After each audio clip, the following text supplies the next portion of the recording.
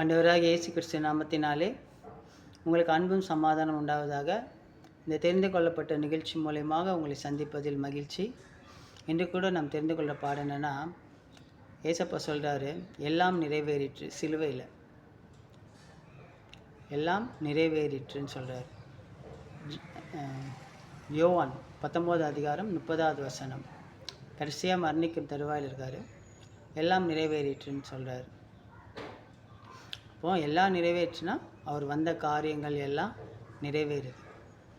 அவர் எதுக்கு ஆதியாகமம் 3:15 சொல்கிறாங்க, ஆண்டவரே சொல்ல, ஏதோ உன் வித்துக்கும் அவள் வித்துக்கும் பகை உண்டாக்குவேன். சர்ப்பத்தை பார்த்து சொல்கிறாரு, அவர் உன் தலையை நசுக்குவார், நீ அவர் குதிகாலை தீண்டுவாய் அப்படின்னு சொல்கிறார்.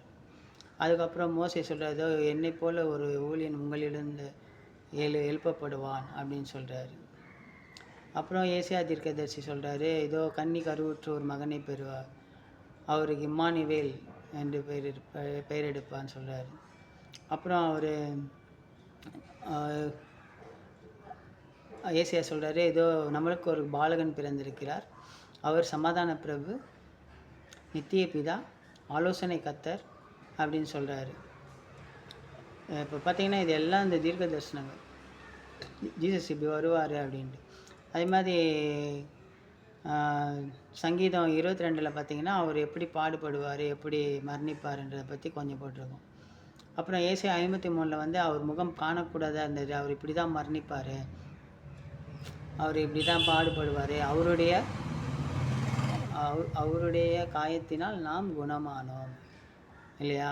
அந்த மாதிரி ஏன்னா நம்மளுக்காக அவர் எல்லாத்தையும் சிந்தி நம்மளுடைய பாவம் சாபம், முன்னோர்கள் செய்த ஆதி முதல் வந்த சாபம், முன்னோர்கள் செஞ்ச பாவம், நாம் செஞ்ச பாவம், நம்மளுடைய சாபங்கள், நம்மளுடைய நோய்கள், பலவீனங்கள் எல்லாத்தையும் அவர் சிலுவையில் சுமந்து நம்மளுக்காக அவர் ஜீவனை விட்டு நித்திய ஜீவனை சுதந்திரத்து கொள்ளணுன்றது, நம்ம சுதந்திர கொள்ளணுன்றதுக்காக அவர் மறுபடியும் உயிர்த்தல போகிறார்.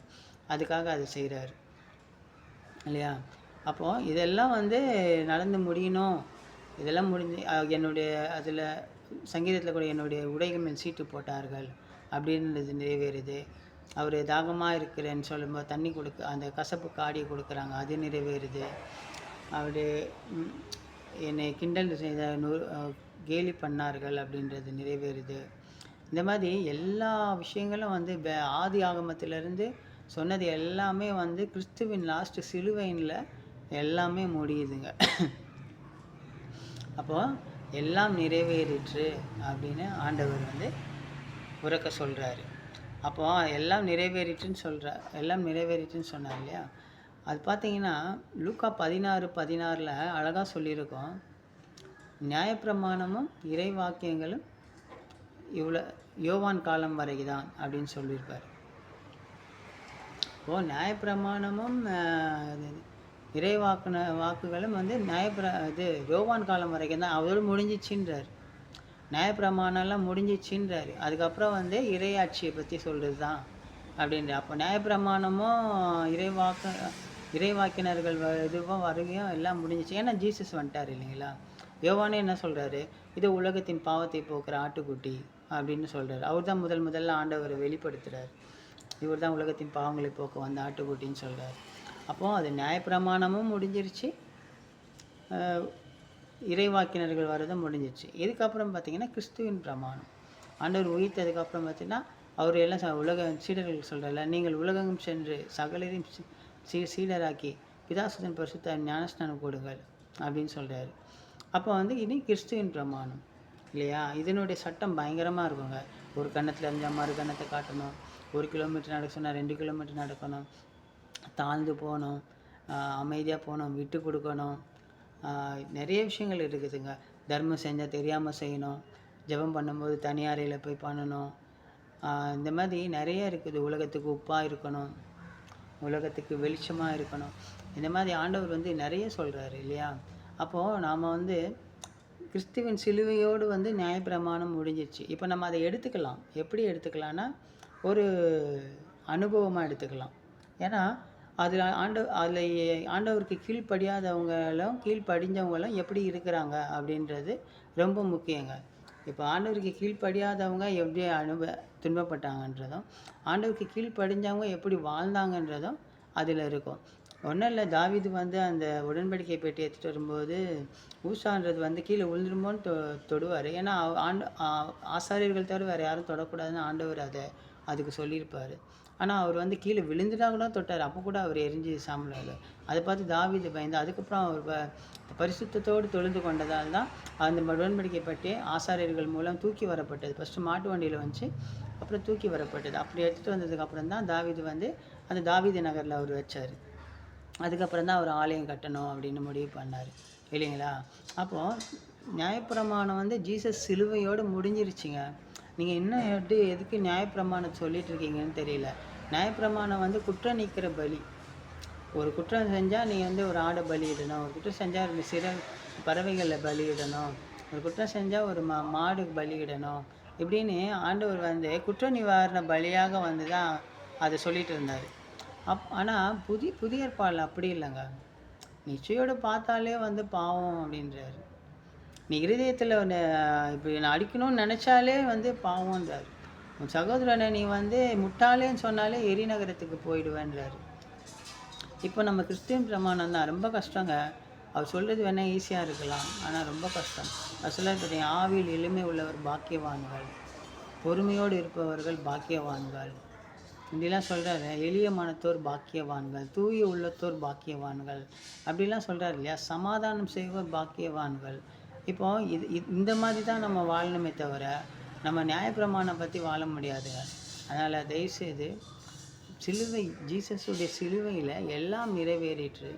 அதே மாதிரி நீங்கள் லூக்கா 16:16 படித்து பாருங்கள். நியாயப்பிரமாணமும் இறைவாக்கினர்களும் யோவானோடும், அதாவது ஜான் பேப்டிஸ்டோட முடிஞ்சிருச்சுன்றார். புரியுதுங்களா? அதுக்கப்புறம் இறையாட்சியின் வருகை பற்றி தான் சொல்லணும் அப்படின்னு. இப்போ நம்மளுக்கு இறையாட்சியின் வருகை பற்றி தான் சொல்லப்பட்டு கொண்டிருக்கிறது. ஏன்னா இதை நம்ம பின்பற்றுதான் தான் நமக்கு அங்கே வந்து நம்ம போக முடியும். இப்போ ஜீசஸுடைய அந்த இதெல்லாம் பின்பற்றினா மட்டும்தான் நம்ம வந்து மேலே விண்ணகத்தை நிலைவாழ்வு பெற முடியும். நம்ம பின்பற்றலைன்னா நம்ம போக முடியாது. இப்படி 10 கட்டளையில் ஒரு கட்டளை மிஸ் பண்ணாலும் அது பாவம் தானேங்க. அந்த மாதிரி இப்போது ஆனால் ஆக்சுவலாக நம்மளால் முடியாது. ஆனால் தேவன் நம்மளோடு இருந்தால் அது செய்ய முடியும். அதனால் தயவுசெய்து வேதத்தை புரிஞ்சுங்க. சிலுவையில் எல்லாம் நிறைவேறிச்சுன்னாரு. அதே மாதிரி லூக்கா 16:16 அவர் சொல்கிறாரு, இதோ நியாயப்பிரமாணமும் இறைவாக்கினர்களும் யோவானோட முடிந்து விட்டது, யோவான் ஸ்நானகரோடு முடிந்து விட்டதுன்னு சொல்லியிருக்காருங்க. அதனால் தயவுசெய்து நியாயப்பிரமாணத்தை விட்டுடுங்க, அதை ஃபாலோ பண்ணணும். அது தெரிஞ்சுங்க யார் எப்படி வாழ்ந்தாங்க, நல்லது செஞ்சவங்களுக்கு என்ன இது கிடச்சிச்சு, இந்த கெட்ட செஞ்சவங்களுக்கு என்ன தண்டனை கிடச்சிச்சு. அதுக்கு ஆனால் நம்ம புதிய ஏற்பாடு மாதிரி அப்போஸ்தலர்கள் எப்படின்னு சொன்னார். அப்போஸ்தலர்கள் எப்படி வாழ்ந்தாங்க, எதையுமே தனக்குன்னு எடுத்துக்கலாம், எல்லாம் பிறருக்காக வாழ்ந்தாங்க, வேலை செஞ்சு சாப்பிட்டாங்க. இப்போ இருக்கிற வந்து ஊழியக்காரங்க மாதிரி இல்லைங்க. இப்போ பவுலையா வேலை செஞ்சு கூட இருக்கிறவங்களுக்கெல்லாம் சாப்பாடு போட்டாராம். அந்த மாதிரிலாம் இருக்குது இல்லையா? அதனால் இப்போ நீங்கள் வந்து கிறிஸ்டின் பிரமாணம் இறையாட்சிக்கு எப்படி போகணும் அப்படின்றத மட்டும் நீங்கள் பாருங்கள். நீங்கள் இப்போ இருக்கிற ஜீசஸ் சொன்னதை ஃபாலோ பண்ணுங்கள், அப்போஸ்தலர் சொன்னதை ஃபாலோ பண்ணுங்கள். புரியுதுங்களா? அன்றைக்கி வந்து அவங்க ஒண்டிய குணமாக்குனாங்க, செத்தவங்களை உயிராக்குனாங்க. இன்றைக்கும் ஒவ்வொருத்தர் பண்ணுறாங்க. சில விஷயங்கள்லாம் அதிசயமாக நடக்குது, ஆனால் எல்லோரும் பண்ணுறதில்ல. ஆனால் எவ்வளோ ஊழியக்காரங்க வந்துட்டாங்க, எவ்வளோ சபைகள் வந்துடுச்சு இல்லைங்களா? அதனால் நியாயப்பிரமாணம் ஆர்சி பைபிள் வந்து திருச்சட்டன்னு இதெல்லாம் வந்து படிச்சுக்கிங்க, தெரிஞ்சுங்க. ஆனால் கிறிஸ்துவின் பிரமாணமும் இறையாட்சி வருகையும் பற்றி தான் இனிமேல் நம்ம சொல்லணும். அதனால் தயவுசெய்து நீங்கள் வேதத்தை புரிஞ்சுக்கின்னு படிங்க. எல்லாம் நிறைவேறிட்டுன்னு ஆண்டவர் சொல்லியிருக்காரு. எல்லாம் நிறைவேறிற்று. இப்போ நம்ம புதிய ராஜ்யத்தை நோக்கி போகணும், அதை நோக்கி பயணிக்கணும், மனசில் பாவம் இல்லாமல் வாழணும். இதோ இந்த நிகழ்ச்சி மூலமாக உங்களை சந்தித்ததில் மகிழ்ச்சி. உங்களுக்கு அன்பும் சமாதானம் உண்டாதாக. இதை பார்த்து கொண்டிருக்க நீங்கள் கர்த்தரால் ஆசீர்வதிக்கப்பட்டவர்களாக இருப்பீர்கள். ஆமென்.